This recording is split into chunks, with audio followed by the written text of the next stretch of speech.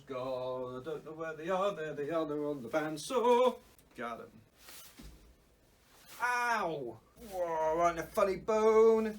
Jeez, whoa. Nasty thing. Right, let's not move our arms about. Hey everyone, welcome back to the workshop. Thanks very much for joining me again. Hopefully you can see me all right and the sun's not too bright outside. It is quite a bright day, which makes the changes. But during our New Year break, we went down to see some friends that we haven't seen in a long time. My best man and his wife, Cosy and Beth. Now Cosy's a bit ahead of me in terms of years served. He's well in excess of 30 and has just retired, and now is chairman of his local Royal Naval Association, which is down in Ramsgate. So they've seen some of my videos, and they saw the ones a few videos ago where I made those square candlesticks that pair the stick together. If you haven't seen that, I'll put a link for that up there. And he asked, is there anything I could do to spruce up their sort of clubhouse where they've got a bar and a few tables? So I've always been up for a challenge, and of course I just wanted to help. So I've been and I've got a load of oak spindles. So essentially what I'm going to do is I'm going to plane these down to final thickness, cut them to final length, and then pop them all through the 3D printer slash CNC machine slash laser printer, and I'm going to print their crest on them and then finish them. So I'm just going to show you the one, don't worry, I'm not going to show you the same thing 8 times, and then I'll show you the finished product before they get packaged up and sent down to Ramsgate, which is in Kent, which is the arsehole of nowhere. Right, so enough flapping lips, let's get on with it. So I found a spare square inch of space in the workshop, and obviously felt the need to fill it with something. So the wife, who's a bit of a legend, has been out and bought me for Christmas one of these.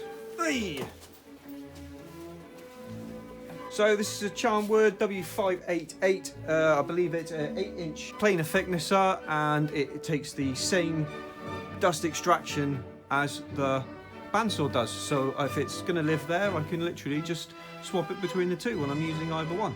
So that's a stroke of luck. So I'm going to take our spindles of oak, I'm going to run them through the planer first and then reset it for thicknessing, get them down to final thickness, and then I can cut them up on the bandsaw, and then they can then go from the bandsaw over to the laser printer. Oh, and then at some point I've got to drill some holes in them, but yeah, we'll get around to that. One kind of cool thing I have put into the workshop is remote control. So I've got the lights, and I've also got automatic dust extraction, so that means hopefully the mess on the floor will be minimal. Right, so I'm going to flick this on, flick that on, run these through, and we'll just get started.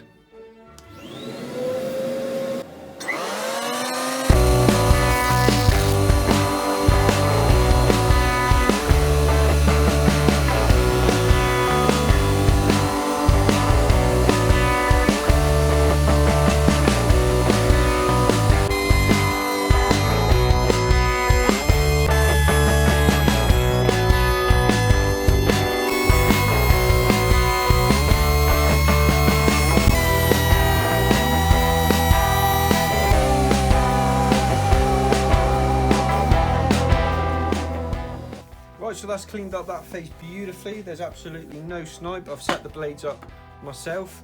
So next thing I'm going to do is just double check that this is 90 degrees to this, and then we can use our freshly planed face up against that, and then they will dictate the thickness when it goes through the thicknesser.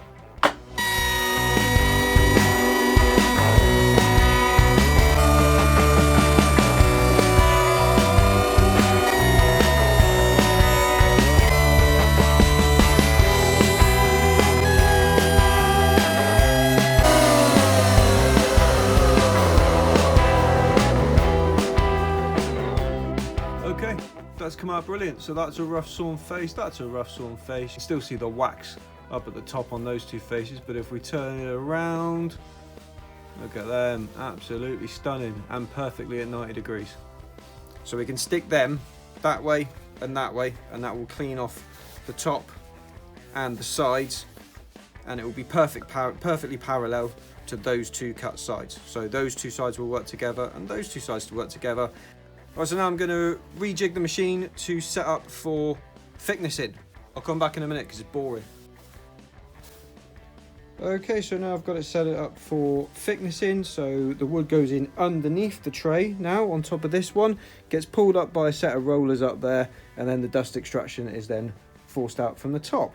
So it's just a case of raising this platform until you get to roughly the right height. This will only take off a maximum of 3mm, but I don't want to push the motor that hard because I want to sort of sneak up on square, because as you can see these aren't exactly square. So it will probably start by taking off this edge first, and then once I've got it nice and flat I can then make it into a nice square. Yes, it's good, it's good. Right, so on we go.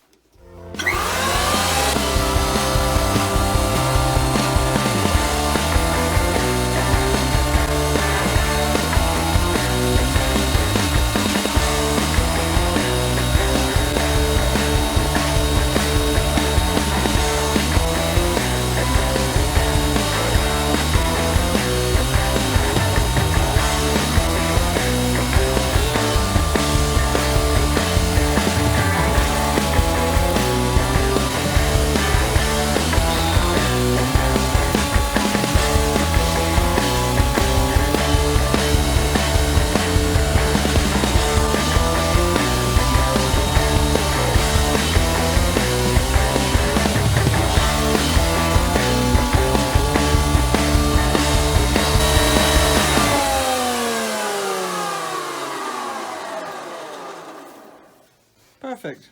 So I've set the calipers at 4.5cm, so 45mm, which is perfect that way and slides on nicely that way. So we've got a perfectly square bit of wood, which gives us enough room in the top to do what we want to do up there. But more on that in a sec.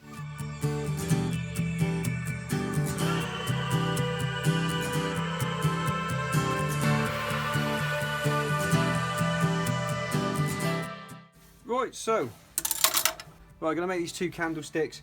They're going to be, the short one's going to be 13.5cm and the long one's going to be 16cm. So we're not going to mark them all at once. We'll measure, mark, cut, measure, mark, cut, measure, mark, cut, and then we should have the right stuffs.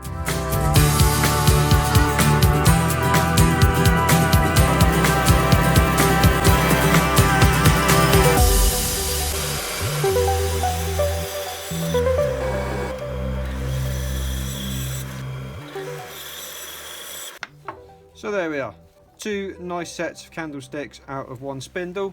Now it's going to be over to the drill press to put the candle recesses in each one of these, and then into the 3D printer laser cutter thing for the other bits. Yeah, honestly this is all well thought out. You wouldn't believe it, would you? But I do genuinely know what I'm doing, I promise.